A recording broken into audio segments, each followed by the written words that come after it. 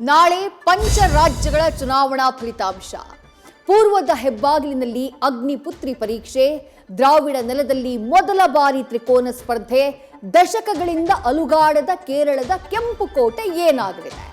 ಈ ಫಲಿತಾಂಶ ರಾಷ್ಟ್ರ ರಾಜಕಾರಣದ ದಿಕ್ಕನ್ನ ನಿರ್ಧರಿಸಲಿದ್ದು ರಾಜಕೀಯ ಪಕ್ಷಗಳ ಎದೆಬಡಿತವನ್ನ ಹೆಚ್ಚಿಸಿದೆ.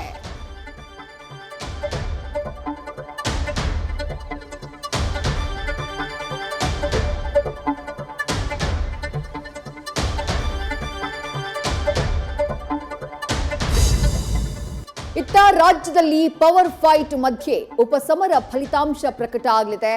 ಬಾಗಲಕೋಟೆಯಲ್ಲಿ ನೇರ ಸ್ಪರ್ಧೆ ಇದೆ.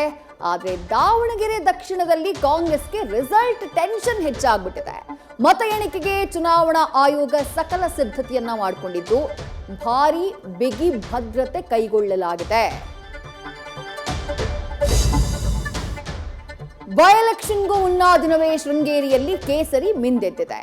ಹಾವು ಏಣಿ ಆಟದಲ್ಲಿ ಬಂದ ಫಲಿತಾಂಶ ಅಚ್ಚರಿ ಮೂಡಿಸಿದೆ. ಇವಿಎಂನಲ್ಲಿ ಗೆದ್ದ ರಾಜೇಗೌಡರು ಅಂಚೆ ಎಣಿಕೆಯಲ್ಲಿ ಜೀವರಾಜ್ ವಿರುದ್ಧ 52 ಮತಗಳ ಅಂತರದಿಂದ ಶರಣಾಗುತ್ತಿದ್ದಾರೆ. ಆದರೆ ಟ್ಯಾಂಪರಿಂಗ್ ಅಂತ ಡಿಕೆಶಿ ಕಿಡಿಕಾರಿದ್ದಾರೆ.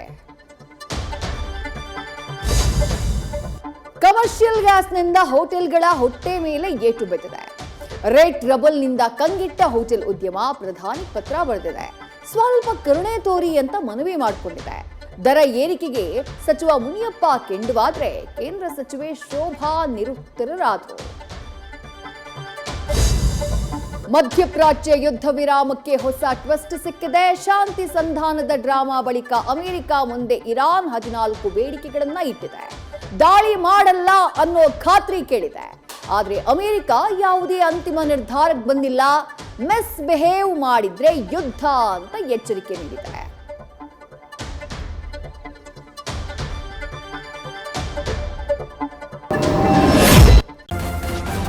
ನ್ಯೂಸ್ ಫಸ್ಟ್ ನಿರ್ಭೀತಿಯಿಂದ ನಿಮ್ಮ ಪರವಾಗಿ.